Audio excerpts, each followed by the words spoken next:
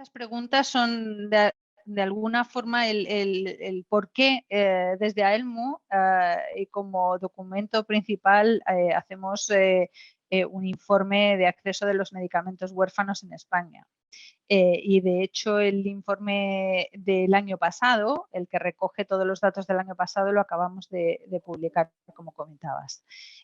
Ahora mismo con esos datos, con los datos del 2021, el tiempo medio de espera para que un nuevo medicamento se incluya en el Sistema Nacional de Salud y esté reembolsado, en el año pasado ha sido de 24 meses. Es decir, y este es el tiempo. Nosotros contamos en nuestro informe el tiempo transcurrido entre que el fármaco recibe el Código Nacional y se incorpora al Sistema Nacional de Salud. Y claro, 24 meses es añadir 2 años, ¿no?, a que un fármaco pueda llegar a los pacientes. Con lo cual, desde nuestro punto de vista, bueno, pues se trata de una barrera muy importante al acceso de estos medicamentos por parte para estos pacientes con enfermedades raras. Básicamente, por también hacer un resumen, hay que tener en cuenta que hay en Europa 129 productos que tienen designación huérfana y autorización comercial por la Unión Europea.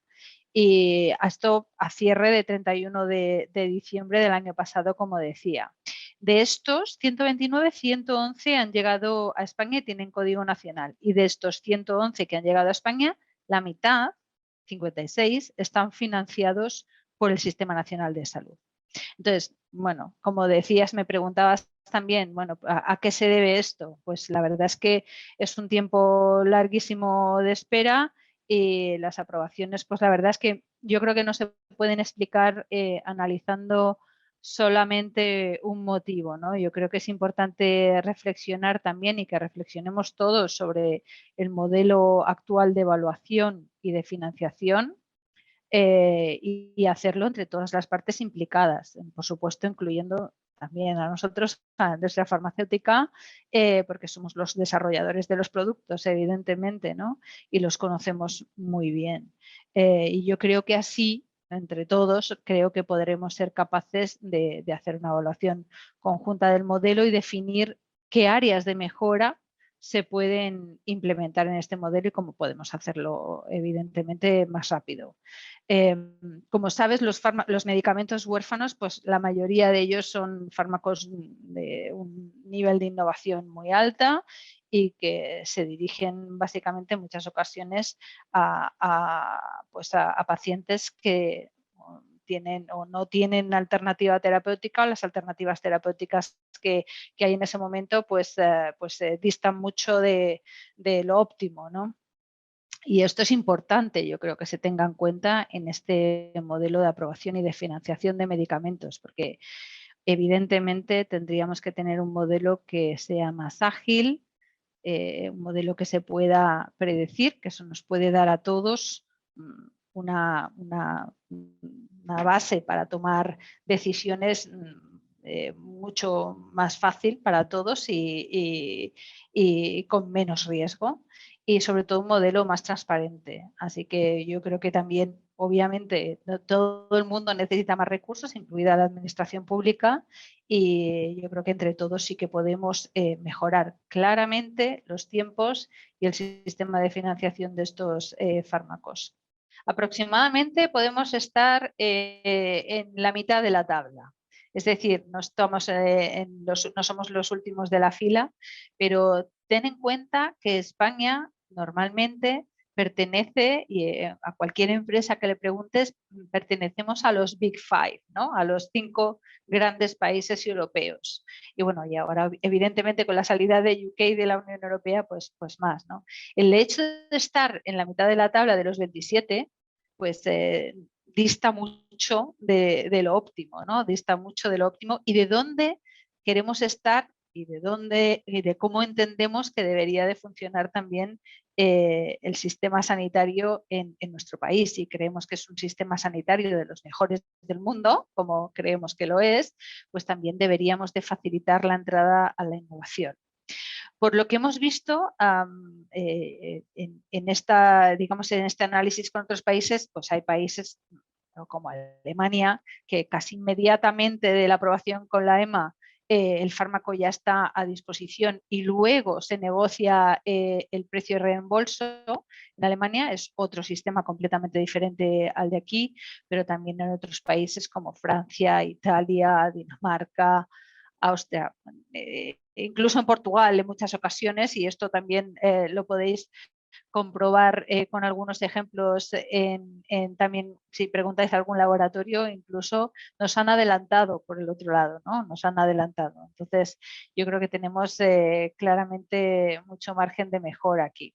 La verdad es que, y te digo como ejemplo, y esto lo podemos ver cuando estamos preparando, cuando nos preparamos a que salgan los datos de fase 3 y planificamos dentro de las empresas qué países van a lanzar primero y qué países van a lanzar después, porque evidentemente todo hay que planificarlo y la verdad es que en las empresas en España estamos viendo cómo lamentablemente acabamos en España al final de la tabla y esto es lo que realmente queremos mejorar y podemos mejorar entre todos claramente. Creo que ha habido un antes y un después muy importante que ha sido la puesta y la divulgación de los datos, es decir, del problema. Primero hay que identificar el problema, es decir, por dónde viene el problema y los datos que ponemos encima de la mesa, los que te he comentado antes, pues la verdad es que hablan por sí mismos, ¿no?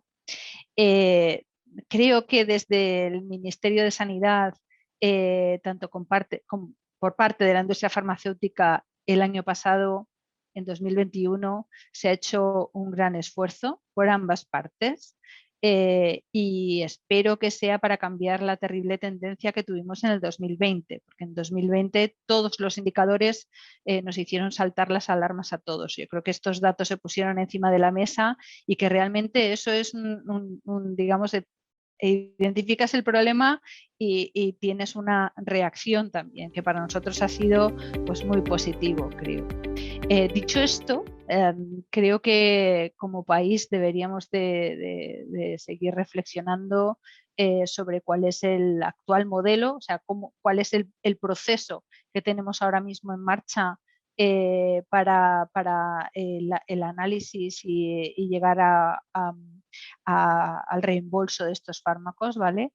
Pero también creo que deberíamos de, obviamente, seguir fortaleciendo el Sistema Nacional de Salud para que siga siendo un Sistema Nacional de Salud sostenible y un Sistema Nacional de Salud donde quepa esta innovación y que llegue también lo antes posible. Aumentar los recursos, por supuesto, esto pues siempre creo que es importante, tanto económicos como humanos, evidentemente. Y por supuesto creo que necesitamos un nuevo modelo de acceso, aprobación y financiación más ágil, como decía, más transparente y más predecible. Es importante que estemos todos implicados, en este proceso y trabajemos conjuntamente para encontrar soluciones y para que estos medicamentos huérfanos sean más accesibles y más rápidamente a los pacientes. Por ejemplo, también durante todo el proceso de evaluación de un medicamento, hay países, como te comentaba antes, que tienen procedimientos para que algunos fármacos, mediante un protocolo o mediante un acceso precoz, puedan llegar a los pacientes lo antes posible. Y aquí hay mecanismos de ese tipo, pero que necesitamos fortalecerlos claramente, ¿no? También en este sentido, yo creo que es clave siempre la colaboración público-privada y, por supuesto, fomentar la investigación y desarrollo, mejorar la formación de los profesionales sanitarios y, por supuesto, modernizar y digitalizar el sistema sanitario. Yo creo que por ahí van las cosas últimamente y yo creo que es fundamental para que, por supuesto, todo se pueda agilizar y reforzar pues el acceso de estos medicamentos a los pacientes. Desde AELMU, la verdad es que pensamos que deberíamos de avanzar en involucrar cada vez más, evidentemente, a las sociedades científicas que forman parte pues eso, del análisis de estos productos y que luego van a utilizar, ¿no? Los clínicos son los que van a utilizar estos productos, ¿no? Pero creemos que solo conseguiremos avanzar en esta mejora del acceso a los medicamentos huérfanos siempre que también mejoremos el diagnóstico y el tratamiento de las enfermedades raras, pero tenemos que trabajar conjuntamente, como decía, y en ese sentido el papel de las sociedades médicas, de los profesionales médicos, es absolutamente clave en la identificación y en el diagnóstico de estas enfermedades, como también, por supuesto, el de las asociaciones de pacientes para apoyar e informar a las familias que viven día a día con estas enfermedades.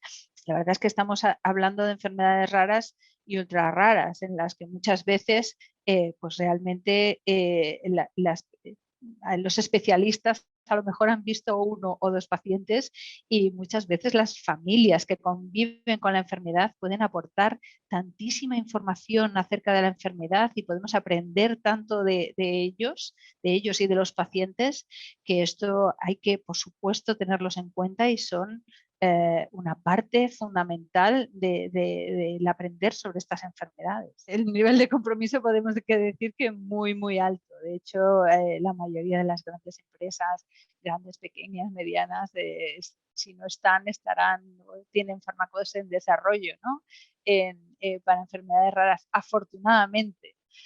Yo creo que también, como comentaba antes, podemos volver a los datos, ¿no? Y podemos remitirnos a los datos. Desde que se aprobó el reglamento de medicamentos huérfanos en Europa, que apoyaba a la investigación, tanto pública como privada, en el área de estos medicamentos, de los medicamentos huérfanos, pues la verdad es que se ha experimentado un crecimiento grandísimo. Todo eso unido, por supuesto, en los avances científicos en genética, por ejemplo. Muchas de estas enfermedades raras tienen un origen genético y, por tanto, todos estos avances científicos pues, han permitido que conozcamos mucho mejor las enfermedades y que podamos entrar en la base, ¿no? del por qué se producen estas enfermedades y cómo podemos cambiar su evolución o curarlas, ¿no?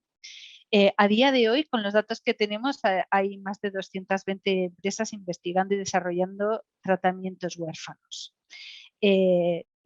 Hay más de 1.700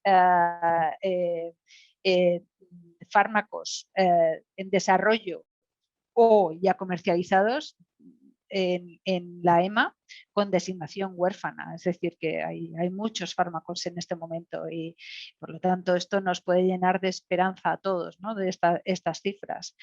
Pero los proyectos de investigación, la verdad es que han crecido mucho, han crecido en estos años pues, más de un 80%, y hay una cuarta parte de las aprobaciones anuales de nuevos fármacos son para patologías poco frecuentes, con lo cual, bueno, pues hemos avanzado mucho. Pero ya te digo que desde el 2000 el número de medicamentos huérfanos aprobados en Europa se ha multiplicado por más de 20. Y si tenemos en cuenta que ahora, pues como te decía, existen pues de eso, más de 1.700 principios activos con designación huérfana, el futuro pues es esperanzador y creemos que desde luego ahí está el futuro, claramente. Luego, sobre el esfuerzo que también está haciendo la industria farmacéutica, para ponerte también ejemplos pues es que para nosotros y para la industria farmacéutica la innovación y la investigación pues evidentemente es nuestra razón de ser. Si no innovamos nos morimos, esto está claro, y además tenemos que traer soluciones para mejorar la vida de los pacientes claramente, ¿no? Este es lo que nos trae a trabajar cada día, claro. Invertimos cada día mucho en avanzar en esta investigación. En los últimos, para darte cifras también, en los últimos 5 años se han puesto en marcha más de 830 ensayos en enfermedades raras, en los que han participado más de 16.000 pacientes. Entonces, bueno, esto significa, para que te hagas una idea también, que un 20% de los ensayos clínicos que se han puesto en marcha en nuestro país, un 20% son para el desarrollo de fármacos para enfermedades raras.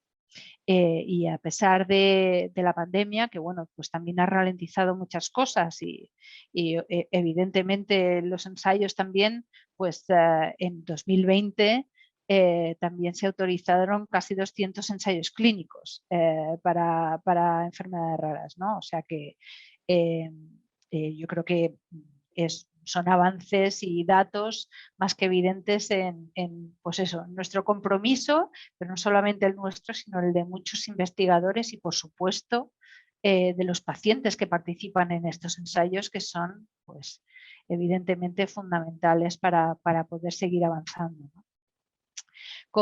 La verdad es que con la pandemia y el COVID, eh, siempre ha marcado un antes y un después en todo, en la vida de muchos, ¿no? Pero en la investigación y en la innovación, yo creo que hemos podido ver cómo se han acelerado y cómo se puede hacer, cómo se pueden acelerar algunos procesos, y esperemos que sí, que esto pueda avanzar en esa dirección, porque ha sido un claro ejemplo de colaboración efectiva entre todos los agentes implicados, y creemos que la innovación puede llegar a los pacientes mucho más rápidamente y mejorar sustancialmente su calidad de vida. Así que bueno, la verdad es que creemos que muchas cosas se pueden hacer, que hay esperanza y que hemos avanzado, como te decía, ¿no? en este año pasado, en el 2021, y que queremos seguir en esa misma dirección y seguir siendo, bueno, pues un interlocutor clave y un agente clave para poder traer tratamientos lo antes posible a los pacientes que sufren día a día con enfermedades raras.